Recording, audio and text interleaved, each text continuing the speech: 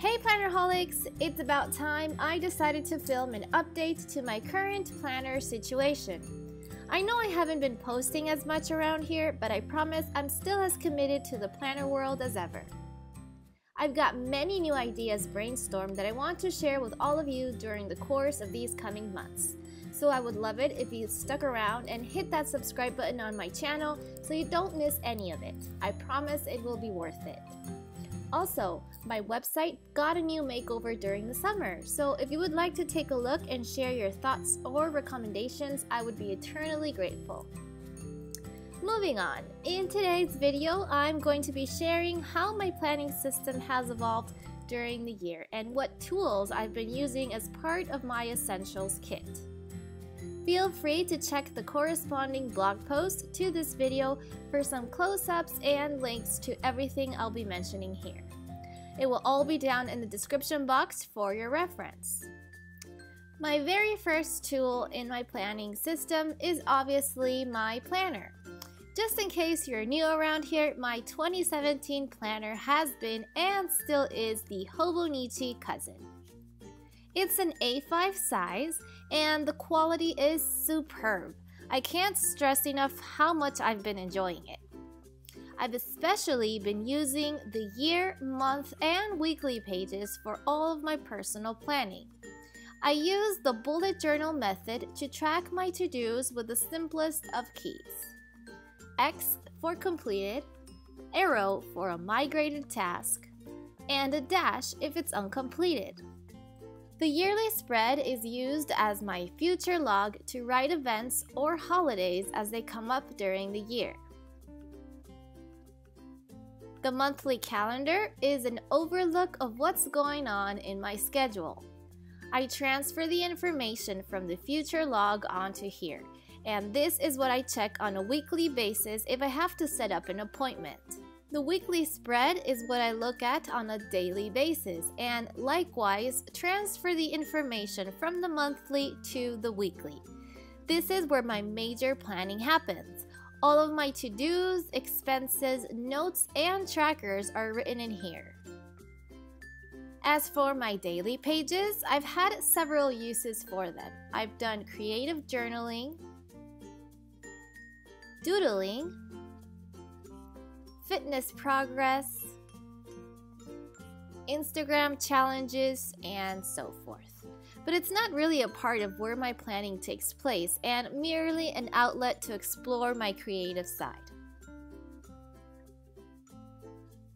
The new addition to my planning that I've incorporated into my system is my brain dump notebook and my editorial calendar. I keep both of them stored inside my Hobonichi cover, which I've repurposed seeing as I wasn't using it for my actual planner anymore. And this way, both my notebooks are more compact and easier to carry if I'm out and about.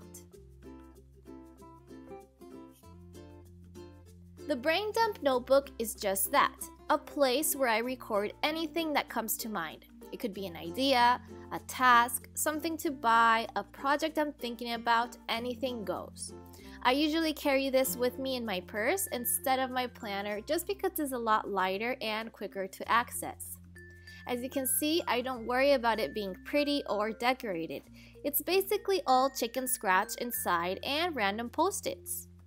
I love the feeling of crossing out in here, and I don't follow any rules of writing and everything is jumbled, but it offers lots of clarity when I need to pour out my ideas from my brain.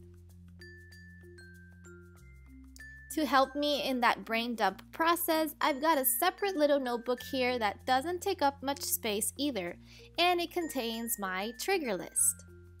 This is simply a list of items pertaining to your personal and work life that triggers or initiates certain actions. It serves as a reminder of tasks and to-dos that I might have forgotten to consider. I like to go over this list on a monthly basis to make sure I don't leave any detail overlooked. As for my editorial calendar planner, it's something I've always had but never actually shared online. It's unfortunately not easy to keep up with, seeing as I can never follow the schedule I try to establish, so it's a bit frustrating. However, I do like using it to write out when I upload videos on YouTube and when I post on my blog, so I can keep a track of how often I share content online. The planner is a Moleskine monthly planner with a bunch of note pages in the back to write out my ideas. If you would like me to do a quick flip through of my setup in this planner, let me know in the comments below and maybe I can film a separate video for it.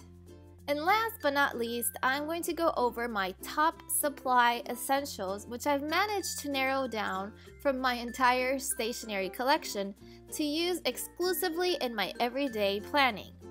I have a clear pouch I bought at an office supply store, which is about an A5 size. I don't really stick it anywhere since it stays at home, but I like that it is clear and I can see what I have really quickly and that the gusset isn't too wide, which forces me to keep the necessary supplies in here and I can avoid stuffing it with tons and tons of stationery goods. So let's go over really quickly each of these supplies. For pens, I'm in love with the Staedtler Pigment Liner pens. In the Hobonichi, I find that the finer tips are the best to use. So I switch between the 0.2 and 0.4 millimeter black tips. The ink dries pretty fast on the paper, and there's absolutely no bleed through and barely any shadowing on the Tomoe River paper. I also use the Lumo Color in fine point to write on top of washi tape or any waxy kind of stickers.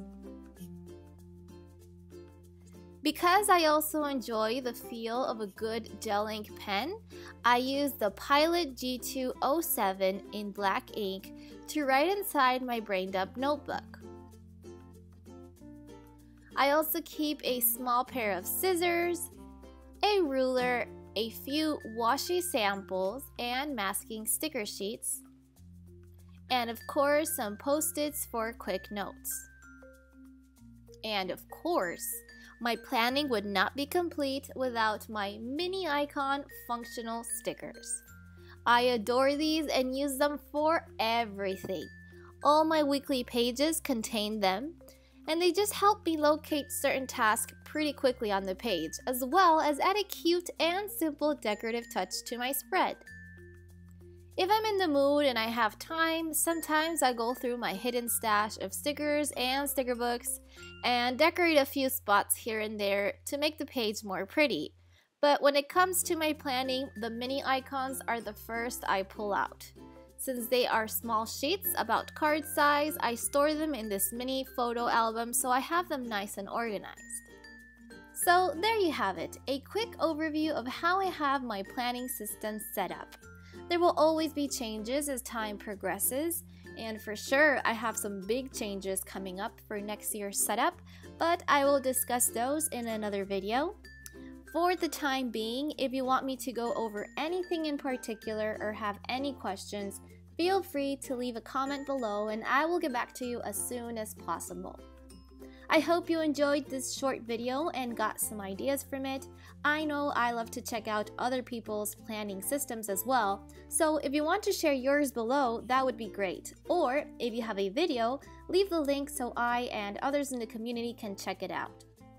Thanks again for stopping by. I hope you have a wonderful week and I'll see you soon. Bye everyone!